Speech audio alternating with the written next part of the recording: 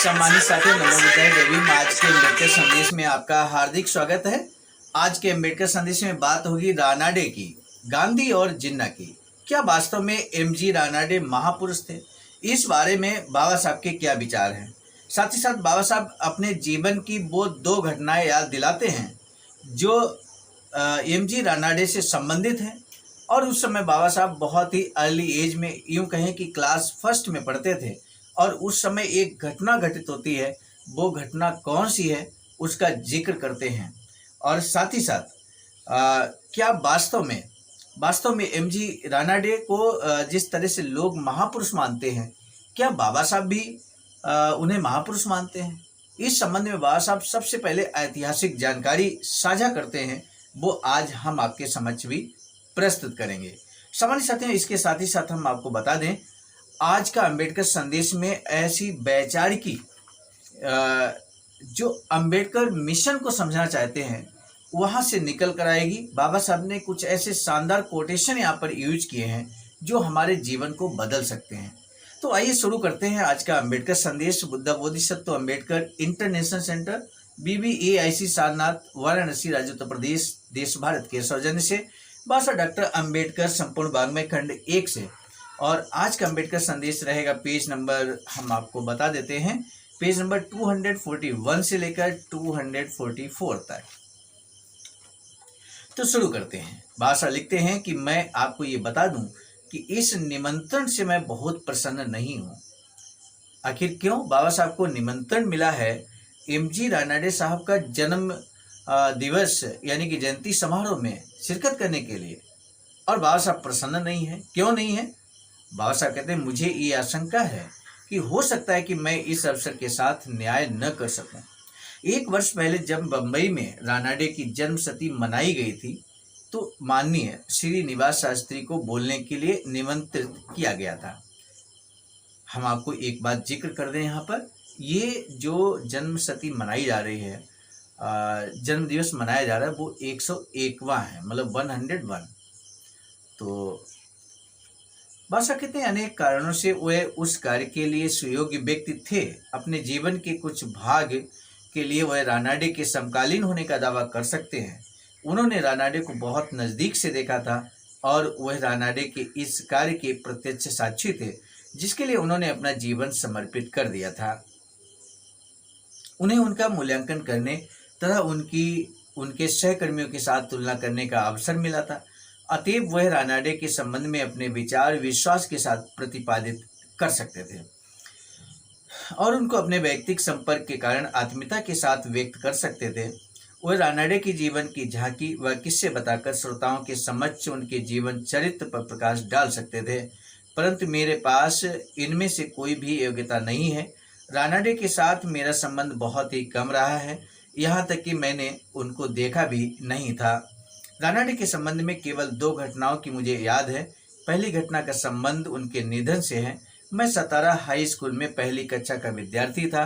16 जनवरी 1901 को high school बंद कर दिया गया था और उस दिन हम लड़कों ने छुट्टी मनाई थी। हमने जब ये पूछा कि स्कूल बंद क्यों कर दिया गया तो हमें ये बताया गया कि रानाडे की मृत्यु हो गई है।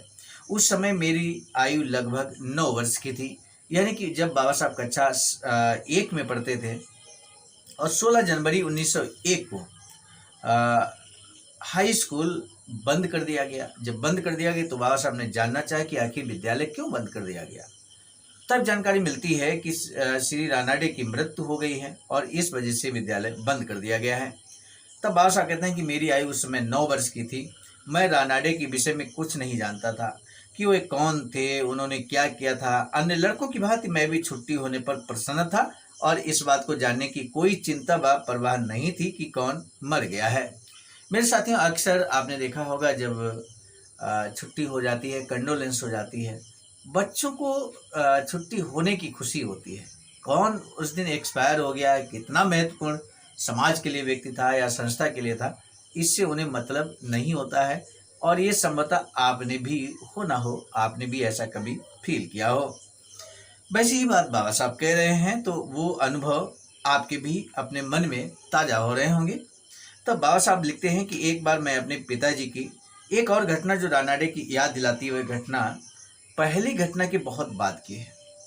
पहली घटना 1901 की है, तो दूसरी घटना कब की है? बाबा साहब बताते हैं कि एक बार मैं अपने पिताजी के साथ पुराने कागजों के कुछ बंडलों को देख रहा था। उस समय उनमें मुझे एक ऐसा कागज मिला जिससे यह आभास मिला कि वह महार जाति के कमीशन तथा नॉन कमीशन अधिकारियों द्वारा भारत सरकार को 1892 में जारी किए गए उन आदेशों के विरुद्ध भेजी गई एक याचिका थी, जिन आदेशों में सरकार ने सेवा में महारों की भर्ती पर रोक लगाई थी। पूछताछ करने पर मुझे बताया गया कि यह हर्जाना प्राप्त करने के लिए याचिका की एक प्रतिलिपि है। इसे रानाडे ने पीड़ित महारों की सहायता के लिए लिखा था। इन दो घटनाओं के अलावा मुझे रानाडे के विषय में कोई बात याद नहीं है। उनके संबंध में व्यक्तिगत रूप से मैं नहीं जानता। यह केवल वह जानकारी है जो मुझे उनके काम के विषय में पुस्तक पढ़कर तथा उनके विषय में दूसरे लोगों के कथनों से मिली है। आपको मुझसे ये अपेक्षा नहीं करनी चाहिए कि मैं व्यक्तिगत अनुभव की कोई ऐसी बात कहूं जिसमें या तो आपकी रुचि हो या आपको उससे शिक्षा मिले। एक सुप्रसिद्ध व्यक्ति के रूप में उनके विषय में मेरे क्या विचार हैं और उनका आज भारतीय राजनीति में क्या स्थान है, मैं वही आपको बताना चाहता हूं। पहले पैराग्राफ में बाबा साहब इस बात को स्पष्ट कर देते हैं कि एमजी रानाडे के बारे में चूंकि आपने हमें आमंत्रित किया है, निमंत्रित किया है, लेकिन उनके बारे में हमें बहुत खास जानकारी नहीं मिली है, खास अनुभव उनके साथ नहीं रहा है। ये बात बाबा साहब पहले पैराग्राफ में क्लियर करते हैं। लेकिन बावजूद इसके जब कुछ भी जानकारी नहीं है तो बाबा साहब कहते हैं जो भी जानकारी हम आपसे साझा कर रहे हैं वो हम किताबों को पढ़कर और लोगों के द्वारा कहे गए कथनों के अनुसार आपके समक्ष रख रहे हैं। तो सामान्य साथियों, आप ये महसूस कीजिएगा, जब एमजी रानाडे के बारे में बाबा साहब को बिल्कुल जानकारी नहीं थी, तो आप देखिएगा ये बाबा साहब का स्पीच 1.5 घंटा चलता है। और इस किताब में अंबेडकर संदेश जो खंड 1 बाबा साहब डॉक्टर अंबेडकर संपूर्ण वांग में खंड 1 में जो बाबा साहब का ये स्पीच है, आप अंदाजा लगाइए। बाबा साहब को जब उनके बारे में मात्र 2 घटना जिसका जिक्र किया, उसके अलावा कुछ नहीं ज्ञात है, सिर्फ पढ़कर अध्ययन करके बाबा साहब ने जानकारी कलेक्ट की है। तो पेज नंबर 241 से लेकर 277 तक, 277 तक, ये इतना लंबा स्पीच है। आप समझने की कोशिश कीजिए। बाबा साहब आगे लिखते हैं, कहते हैं कि जैसा कि आप भली भांति जानते हैं कि रानाडे के कुछ मित्र हैं जो उनको एक महापुरुष के रूप में चित्रित करने में झिझक नहीं करते। कुछ अन्य लोग ऐसे हैं जो उसी समान आग्रह से उनको वह स्थान प्रदान नहीं करते। फिर सच्चाई क्या है? यानी कि कुछ लोग महापुरुष मानते हैं एमजी रानाडे साहब को और कुछ लोग रानाडे को महापुरुष नहीं मानते। तो आखिर सच्चाई क्या है? दोनों बातें एक साथ तो नहीं हो सकती। तब बाबा साहब कहते हैं फिर सच्चाई क्या है? परंतु यह प्रश्न मेरे विचार से एक और प्रश्न पर निर्भर होना ही चाहिए। वह प्रश्न है कि क्या इतिहास महापुरुषों का जीवन चरित्र होता है? क्या इतिहास महापुरुषों का जीवन चरित्र होता है? यह प्रश्न प्रासंगिक भी है और महत्वपूर्ण भी, क्योंकि यदि महापुरुष इतिहास के निर्माता नहीं तो कोई कारण नहीं कि हम सिनेमा के सितारों से अधिक ध्यान उनकी ओर दें। इस संबंध में अलग अलग विचार हैं। कुछ लोग ऐसे हैं जो इस बात पर जोर देते हैं कि एक व्यक्ति कितना भी महान हो, समय ही उसका सृजनहार है, समय ही उसको बनाता है, समय ही सब कुछ करता है, वो कुछ नहीं करता। जिन लोगों का यह विचार व मत है, मेरे विचार से वे इतिहास की गलत व्याख्या करते हैं। ऐतिहासिक परिवर्तनों के कारणों के संबंध में 3 अलग अलग मत रहे हैं। हमारे पास इतिहास के ऑगस्टिनियन सिद्धांत हैं। उसके अनुसार इतिहास केवल एक दैवी योजना की अभिव्यंजना है। उसके अंतर्गत मानव जाति को युद्ध तथा पीड़ा झेलते हुए उस समय तक निरंतर बने रहना है जब तक वह दैवी योजना कयामत के दिन पूरी न हो सके। वकील का मत है कि इतिहास की रचना भूगोल तथा भौतिकी ने की है। कार्ल मार्क्स ने तीसरा मत प्रतिपादित किया है। उसके अनुसार इतिहास आर्थिक शक्तियों का प्रतिफल है। इन तीनों में से कोई भी ये स्वीकार नहीं करता कि इतिहास महापुरुषों की जीवनी होता है। वास्तव में वे इतिहास के निर्माण में व्यक्ति को कोई स्थान नहीं देते। केवल धर्म विज्ञानी को छोड़कर और कोई भी इतिहास के अगस्टिनियन सिद्धांत को स्वीकार नहीं करता। जहां तक बकील तथा मार्क्स का संबंध है, यद्यपि उनके कथन में सत्यता है, परंतु उनके मत पूर्ण सत्य को निरूपित नहीं करते। उनका ये मत बिल्कुल गलत है कि इतिहास के निर्माण में व्यक्ति से इतर शक्तियां ही सब कुछ होती हैं और व्यक्ति को उसे बनाने में कोई हाथ नहीं होता। व्यक्ति से इतर शक्तियां एक निर्धारी कारक होती हैं, इससे इनकार नहीं किया जा सकता, परंतु ये बात भी स्वीकार की जानी चाहिए कि व्यक्ति से इतर शक्तियों का प्रभाव व्यक्ति पर निर्भर करता है। चकमक हर स्थान पर विद्यमान नहीं हो सकता, परंतु जहां विद्यमान होता है वहां अग्र उत्पन्न करने के लिए चकमक से चकमक को रगड़ने के लिए मनुष्य की आवश्यकता होती है। बीज सर्वत्र नहीं पाए जाते, परंतु वे जहां पाए जाते हैं वहां भी मनुष्य की आवश्यकता पड़ती है। उन्हें बोने के लिए जमीन को कमाना पड़ता है, जमीन को भुरभुरा करना पड़ता है, उसे अनुकूल बनाने के लिए खाद पानी देना पड़ता है और इस तरह नींव पड़ती है। कृषि की उनके ऐसे क्षेत्र हैं जहां धातुएं, अनेक ऐसे क्षेत्र हैं जहां धातुएं नहीं पाई जाती, परंतु जहां पर पाई जाती हैं वहां भी उनसे वे मशीनें तथा उपकरण बनाने के लिए मनुष्य की आवश्यकता पड़ती है, जो कि सभ्यता तथा संस्कृति के आधार स्तंभ है। सामाजिक शक्तियों को ही देखें, विभिन्न प्रकार की अनेक दुखद स्थितियां उत्पन्न होती हैं। ऐसी ही एक प्रकार की स्थिति वह है जिसका वर्णन थायर ने थियोडोर रूजवेल्ट के जीवन चरित्र में किया है। वह कहते हैं, बहुत महत्वपूर्ण यहाँ पर वैचारिकी है जिसको आपको जानना चाहिए मेरे साथियों। यहाँ पर कोटेशन इतना शानदार बाबा साहब ने यूज किया है, आप महसूस करेंगे कि आपसे रिलेटेड कहीं तो नहीं। बाबा साहब कहते हैं थियोडोर रूजवेल्ट के जीवन चरित्र में जो उन्होंने वर्णन किया थायर ने, उस बात को कहते हैं प्रत्येक वर्ग, दल या संस्था में एक ऐसा समय आता है। ध्यान दीजिए, 3 शब्दों का इस्तेमाल किया है, वर्ग, दल या संस्था। तो यहां पर आपका दिमाग जरूर क्लिक करेगा मेरे साथियों। कुछ बातों को लेकर हम इंगित भी करेंगे। बादशाह लिखते हैं कि जब उसका विकास रुक जाता है, वर्ग, दल या संस्था में एक समय ऐसा आता है जब उसका विकास रुक जाता है, उसकी धमनियां कठोर हो जाती हैं, उसके युवा वर्ग का कोई स्वप्न ही नहीं होता, उसके वृद्ध जन कोई स्वप्न ही नहीं देखते, वे अपने अतीत में ही खोए रहते हैं और हताश होकर अतीत को ही शाश्वत बनाए रखने का प्रयत्न करते हैं। राजनीति में भी जब घोर जड़ता की ये प्रक्रिया आ जाती है तब हम उसे दूर करने का प्रयास नहीं करते। परिवर्तित तथा नवीन परिस्थितियों के साथ स्वयं को समायोजित करने में असमर्थ पाकर हम वापस अतीत में चले जाते हैं। उसी प्रकार जिस प्रकार एक बूढ़ा आदमी पुरानी आराम कुर्सी में धंस जाता है। मेरे साथियों, समझने की कोशिश कीजिए, वर्तमान में हम लोग राजनीतिक रूप से कहां पर खड़े हैं, सामाजिक रूप से कहां पर खड़े हैं, ये विश्लेषण की बात है। राजनीति में उत्तर प्रदेश में एक समय हमारे राजनीतिक दल ने, आप सभी जानते हैं, शिखर को छुआ है, लेकिन वर्तमान में क्या यहां पर कहे गए विचार कहीं सटीक तो नहीं बैठते? ये आप स्वयं भी विश्लेषण कीजिएगा। हम आगे बढ़ते हैं। दूसरी प्रकार की स्थिति अपकर्ष की स्थिति नहीं बल्कि विनाश की स्थिति है। इसकी संभावना जब भी कोई संकट होता है उस समय तो रहती ही है। पुराने तरीके, पुरानी आदतें तथा पुराने विचार समाज का उत्थान व उत्कर्ष करने तथा उसका मार्गदर्शन करने में असफल रहते हैं। जब तक उनमें नवीनता नहीं आती तब तक उनके जीवित रहने की संभावना नहीं होती। कोई भी समाज निर्विघ्न नहीं चलता, उसमें अपकर्ष तथा विनाश की संभावना के भूचाल आते ही रहते हैं। प्रत्येक समाज को उनका सामना करना पड़ता है। कुछ जीवित रहते हैं, कुछ नष्ट हो जाते हैं और कुछ में गतिहीनता और अपकर्ष होने लगता है। यह क्यों होता है? क्या कारण है कि कुछ जीवित रहते हैं?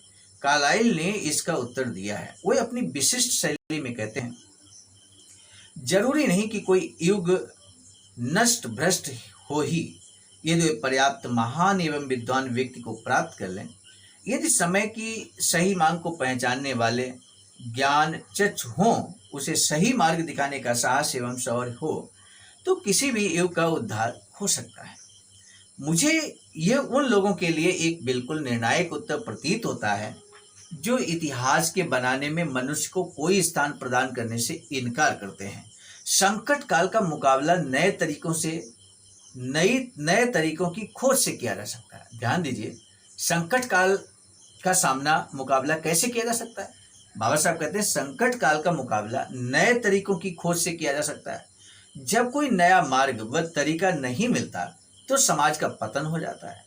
समय संभावित नवीन मार्ग प्रस्तुत कर सकता है, परंतु सही मार्ग पर चलना समय का काम नहीं है, ये काम मनुष्य का है। कितना सुंदर कोटेशन है मेरे साथियों। अंबेडकर संदेश समाप्ति की ओर है और कितना सुंदर कोटेशन की ओर आप बढ़ रहे हैं। बाबा साहब कहते हैं कि समय संभावित नवीन मार्ग प्रस्तुत कर सकता है, परंतु सही मार्ग पर चलना समय का काम नहीं है। सही मार्ग पर चलना समय का काम नहीं है, ये काम मनुष्य का है। सही मार्ग पर कौन चलेगा? मनुष्य को चलना होगा। यदि हम समय पे सब कुछ छोड़ दे रहे हैं तो ये उचित नहीं है बाबा साहब के कथनानुसार, बल्कि हमें खुद चलना होगा। अतएव मनुष्य इतिहास के निर्माण का एक साधन है। मनुष्य इतिहास निर्माण का एक साधन है और पर्यावरण संबंधी शक्तियों के, चाहे दैवीय हो या सामाजिक, भले ही सर्वप्रथम हो, पर भी अंतिम चीज नहीं है। मेरे साथियों, आज के अम्बेडकर संदेश का महत्वपूर्ण प्रश्न जान लीजिए। पहला प्रश्न, संकट काल का मुकाबला किस प्रकार किया जा सकता है? अभी हमने इसका जिक्र किया है। दूसरा महत्वपूर्ण प्रश्न है, श्री एमजी रानाडे साहब का निधन कब हो गया था? आपको डेट बताना है, ईयर बताना है। इन दो प्रश्नों में से किसी एक का ही जवाब देना है। दोनों का देंगे तो और अच्छी बात है। आज का अम्बेडकर संदेश अगर देखा जाए तो ऐतिहासिक जानकारी और साथ ही साथ प्रेरणादायी भी कहा जा सकता है, क्योंकि कुछ ऐसी कोटेशन यहाँ पर आई हैं जो हम सभी से संबंधित है और निश्चित तौर पर हम उससे प्रेरणा ले सकते हैं।